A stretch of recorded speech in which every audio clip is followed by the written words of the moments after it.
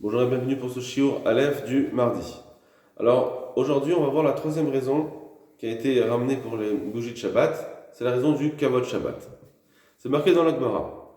Des Tane Tana Kama de Rabbi Yochanan. On enseigne au nom de Rabbi Yochanan.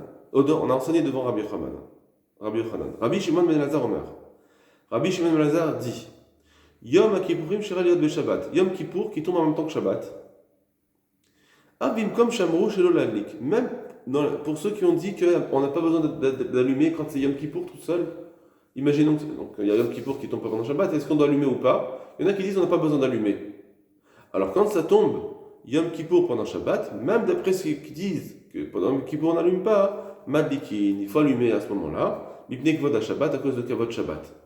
Donc on voit ici la source, une des sources de cette raison, que Mishum Kvod Shabbat, on doit allumer les Nerot Shabbat, donc ici il ne va pas manger, puisque c'est Yom Kippour, normalement on ne mange pas.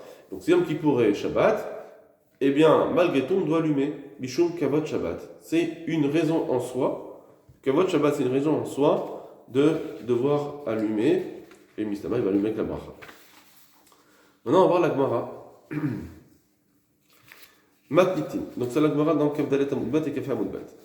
La Mishnah nous dit En madlikin beshemen serefa. On ne doit pas allumer avec de l'huile qui est destinée à être brûlée, Yom Tov pendant Yom Tov. Donc on parle d'un vendredi soir et Yom Tov.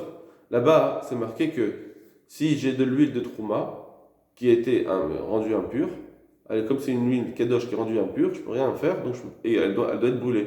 Je ne peux pas l'utiliser pour allumer les rots Yom Tov. Pourquoi? Parce qu'on ne doit pas brûler la Trouma pendant Yom Tov. Ça, c'est rien à voir avec notre sujet. On passe tout de suite. Rabbi Ishmael Omer, Rabbi Ishmael lui dit En madikin bitran. On ne peut pas allumer avec du itran. Alors, itran, il y a du neft, c'est une sorte de produit. Et là, c'est encore pire que le neft, c'est le détritus du neft. Donc, c'est quelque chose qu'on va voir dans la Gemara qui sent très mauvais. Bipne kevod Shabbat, à cause de kavod Shabbat. C'est pas kavod Shabbat d'allumer avec ça. Chachamim matirin. Et Chachamim dit c'est mutar.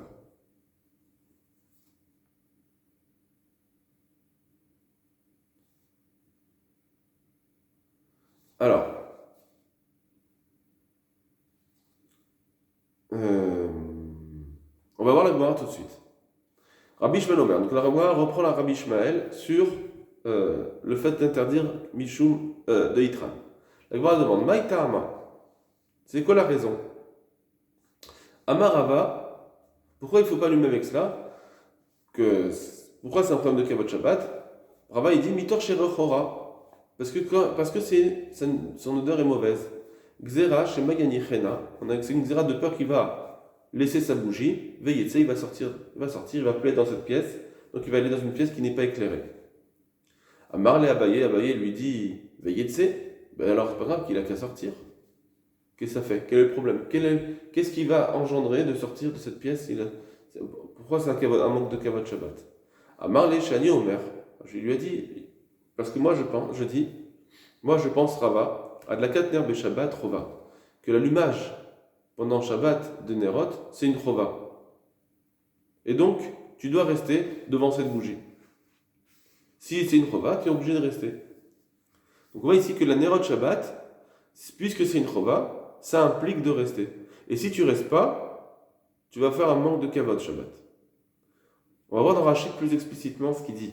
On va terminer la Gemara rapidement, et Rashi va nous expliquer cette Gemara. Donc retenez bien ça. On a une Gemara qui nous dit qu'il ne faut pas allumer avec du neft, du itran, parce que c'est un manque de Kavod Shabbat. Rava nous dit pourquoi? Pourquoi c'est un manque de Kavod Shabbat? Parce que c'est une mauvaise odeur, et on a peur qu'il va sortir de cette pièce. Et Abaye lui dit, alors qu'est-ce que ça fait qu'il sorte? On lui dit, parce que s'il sort, j'ai un problème parce qu'il n'aura pas fait l'obligation du Ner Shabbat. Et le Ner Shabbat, c'est une chova. Damar Rav Nachman bar Rav Zavda. Rav Nachman, il dit au nom de au fils de Rav Zavda, il dit, Vamrela, certains disent que Amar Rav Nachman bar Rava, que c'est Rav Nachman au nom de fils de Rava, pas de Rav Zavda. Donc, un des Rav Nachman a dit, Amar Rav, au nom de Rav, Adlakat ner ber Shabbat chova. Que l'adlakat de Shabbat c'est chova. Donc c'est ce que Rava, ce qu'il a dit que c'est une chova, on le voit aussi au nom de Rav. C'est une chova, c'est une obligation. Et chisat yadayim raglaim bechamin. Laver ses mains, ses pieds avec de l'eau chaude pour Arvit, ça veut dire le soir avant Shabbat. Réchout, ça c'est pas une obligation, c'est un réchout, c'est bien de le faire. Et moi je dis non, c'est une mitzvah carrément. Bon. En tout cas, il nous dit que c'est une chova. Il y a une différence entre chova, mitzvah et réchout. C'est trois niveaux différents. La chova ici, c'est une obligation vraiment de mitzvah. Maintenant, Rashi nous explique. Chova, c'est quoi la chova? C'est que quand Rava il lui a répondu à Baye, non, il ne faut pas qu'il sorte parce que Adlakat Nerot c'est chova. C'est-à-dire Kavod Shabbat ou. C'est Kavod Shabbat de le voir, de ne pas sortir ici, d'avoir cette lumière. Pourquoi? Chez En Seuda Chashuva, et là Bimkom Or. Parce que la Seuda, il n'y a de Seuda Chashuva important, ça veut dire donner de l'importance à Seuda, seulement Ibimkom Or, seulement s'il y a de la lumière. Qui est Un Yemama comme le jour. Que ce soit très éclairé. Donc il nous dit Rashi que ici, la chova c'est quoi? C'est que tu manges ta Seuda, qui est une obligation, Mishum Onek Shabbat, c'est une obligation de la manger avec de la lumière, et ça c'est Kavod Shabbat. Donc tu as peut-être aussi Onek Shabbat, mais en tout cas c'est ça Kavod Shabbat. Il faut faire Kavod Shabbat de manger avec une Seuda éclairée, parce que c'est ça, parce que Kavod Shabbat, c'est quand tu vas faire un Kavod Shabbat, parce que tu auras fait une Seuda Chashuva. La Seuda Chashuva, c'est le Kavod Shabbat. Et comment tu fais une Seuda Chashuva? C'est avec la lumière. Donc la lumière ici, c'est une chova Mishum Kavod, à la main de Kavod. Comme c'est marqué dans Beperek Batra de Yoman, dernier Perek de Yoman. Bon. Donc on voit ici que, encore une fois, Rashi nous explique que c'est une chova Mishum Kavod Shabbat. En réalité, ce qu'il nous dit ici dans la Gemara, c'est parce que la Mishnah l'a dit. Il traduit cette Gemara que c'est Kavod Shabbat parce que la Gemara a dit En malikin bitran mipne Kavod Shabbat. On ne doit pas allumer avec du litran parce que c'est un problème de Kavod Shabbat.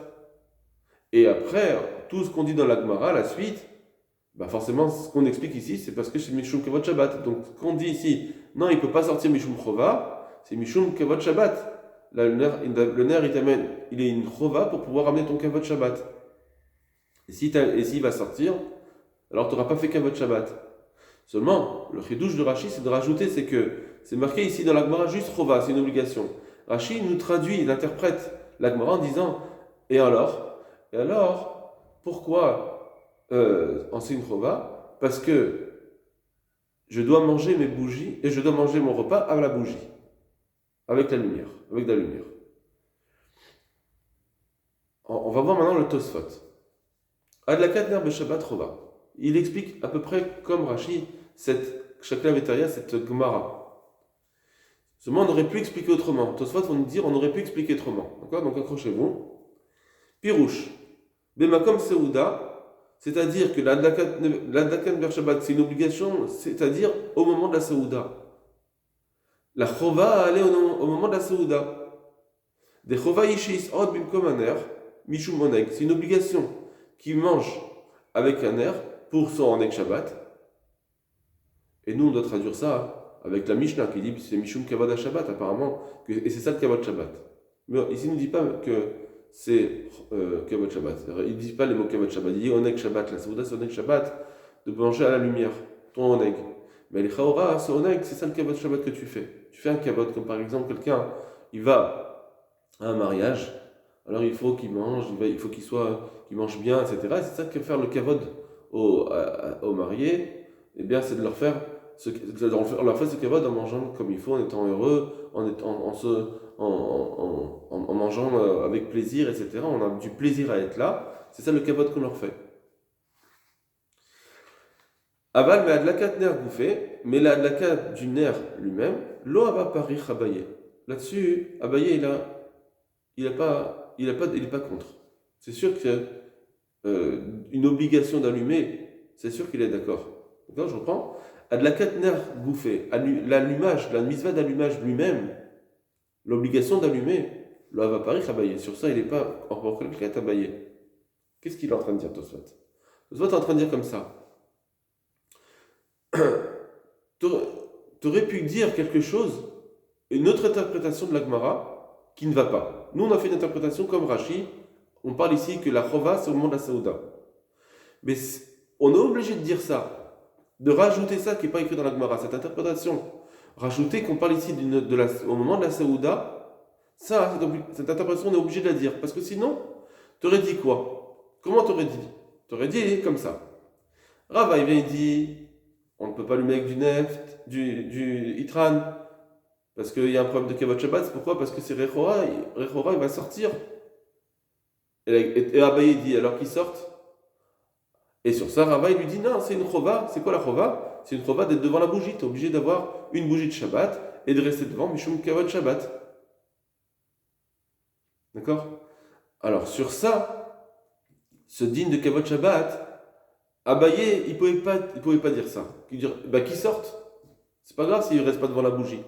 Ça, Tosfot, il dit, c'est impossible que Abaye pense là.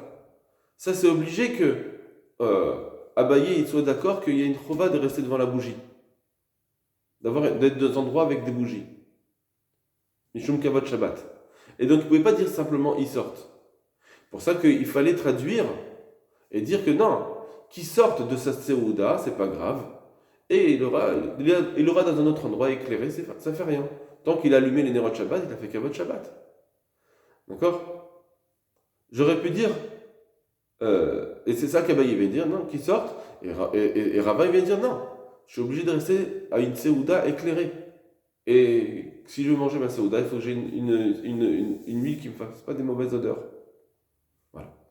D'accord? Donc d'après, ça, je vous laisse bien répéter, c'est très important de le répéter, de savoir comment on a en fait deux lectures ici de la Gemara, et comment on aurait pu faire ces deux lectures.